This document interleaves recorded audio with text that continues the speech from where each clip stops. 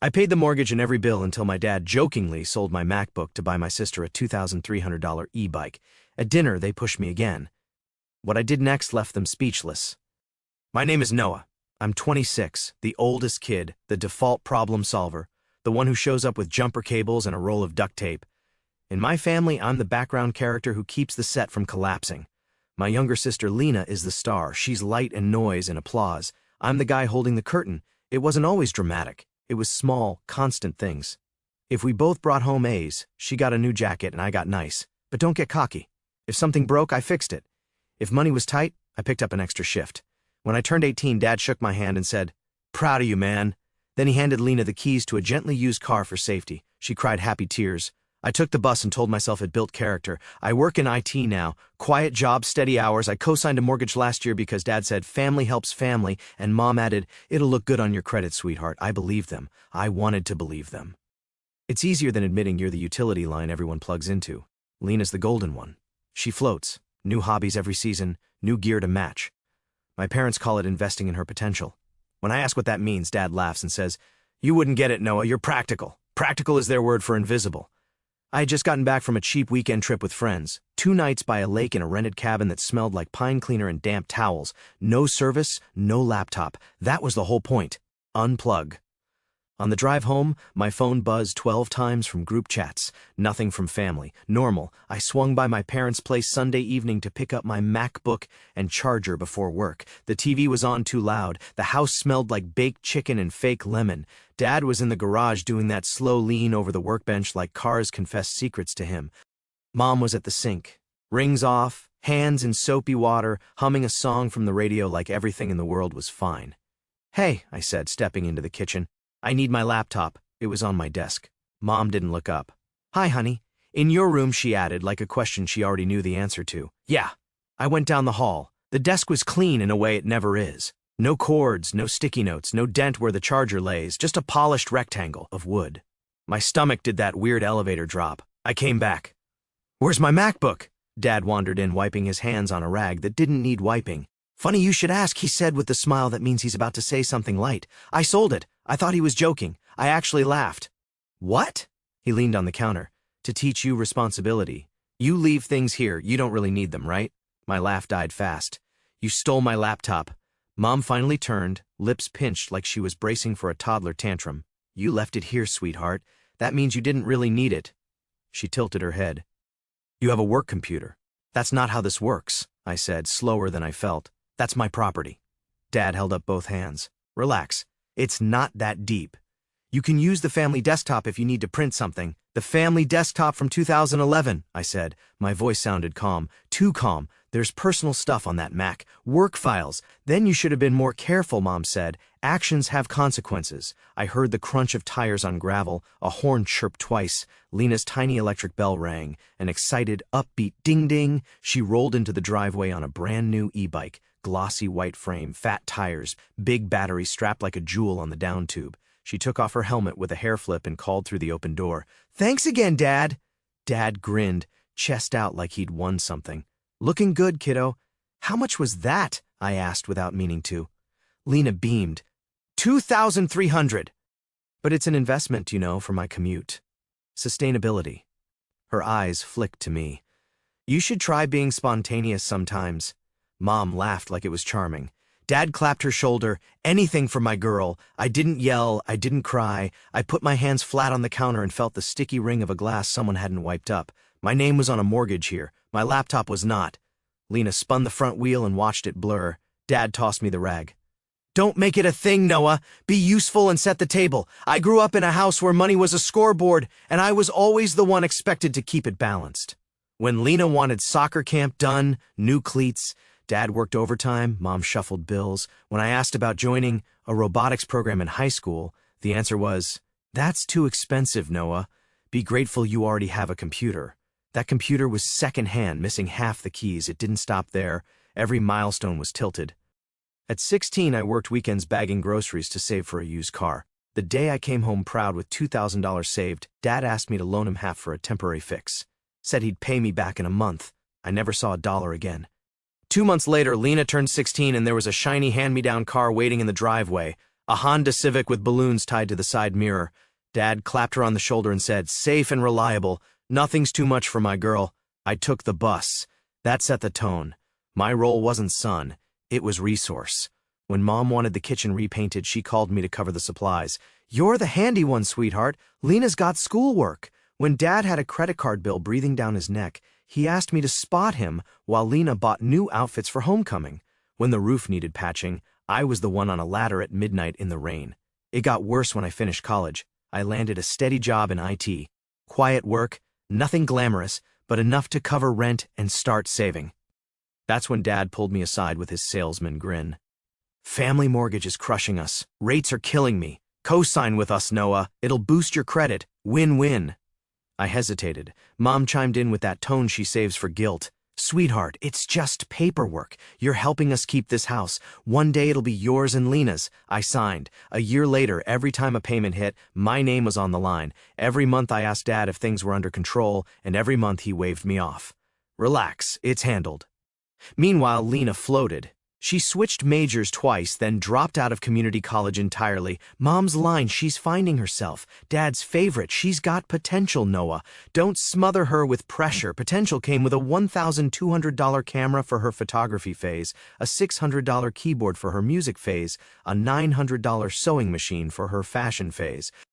I paid part of the credit bill on at least 2 of those purchases when Dad couldn't make it that month. Every time I pushed back, the script was ready. "Dad, don't be selfish. Mom, you don't understand. She's the baby. Lena, you're just jealous." I started to realize it wasn't about money alone, it was about roles. I was supply. She was demand. The smaller humiliations stung worse than the big asks. Like the time I brought over groceries to stock the fridge and Dad announced at dinner, "Good man Noah knows how to contribute." Then he handed Lena the last piece of pie and told me I'd had enough.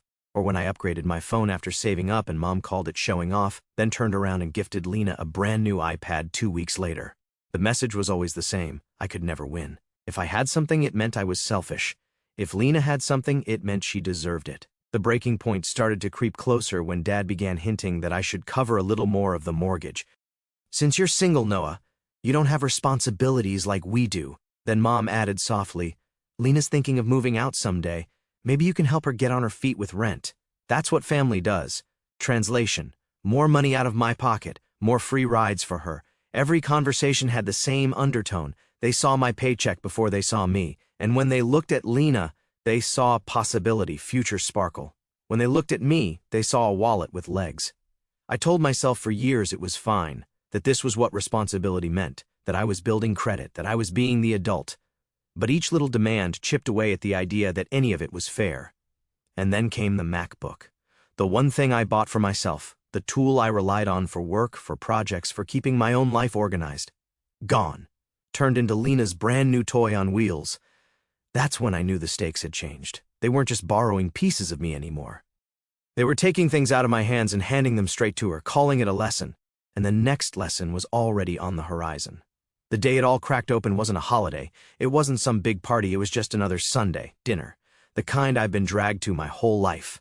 Mom texted me earlier, "Be here at 6 sharp. Sweetheart, don't forget dessert." Translation: bring something. Don't expect thanks. I showed up with a pie from the bakery near my apartment, $15. Nothing fancy, but I knew Mom wouldn't bake. When I walked in, the kitchen smelled like overcooked roast and bleach. Dad was in his recliner watching the game. Lena was on the couch, legs tucked under her, scrolling her phone with her shiny new bike helmet sitting proudly on the coffee table.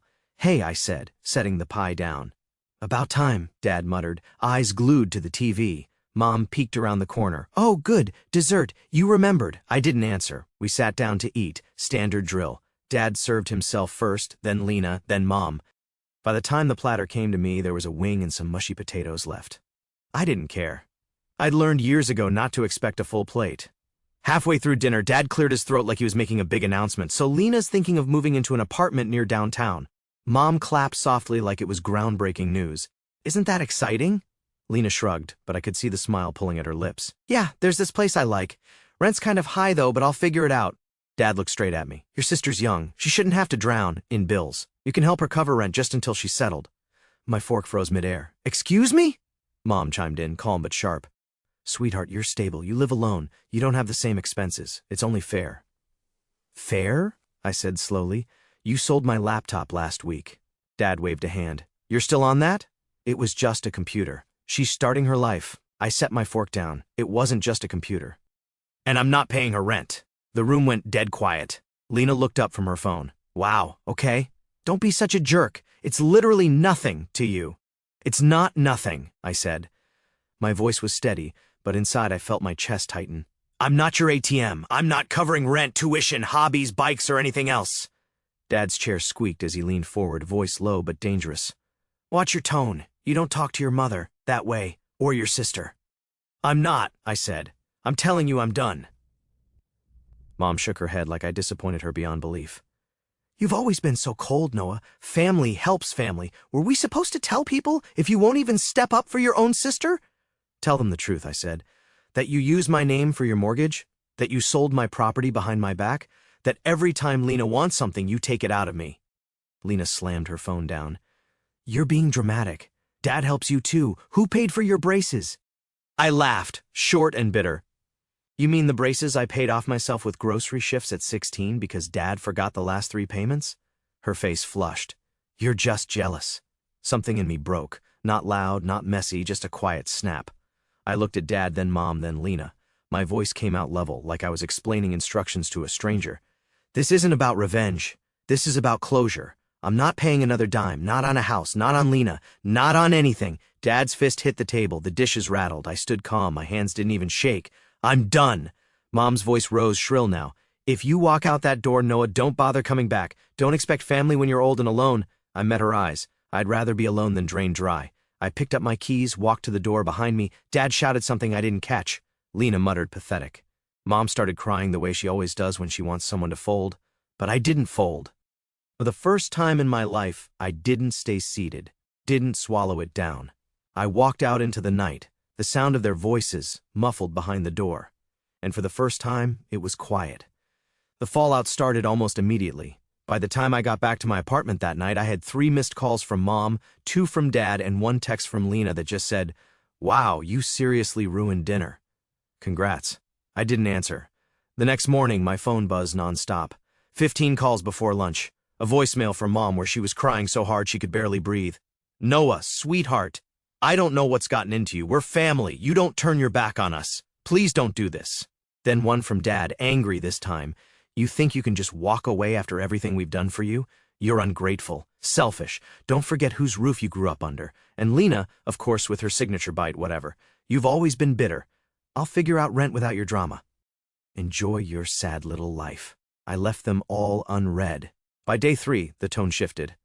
Mom sent a string of short texts. Mortgage is due Friday. Your father's stressed. Please don't let us down. Then, if you don't cover your part, we can lose the house. Do you want that on your conscience? I sat there staring at the message, thinking how absurd it was. My part had become their excuse for every gap, every shortfall. I was never just helping, I was carrying. I didn't reply.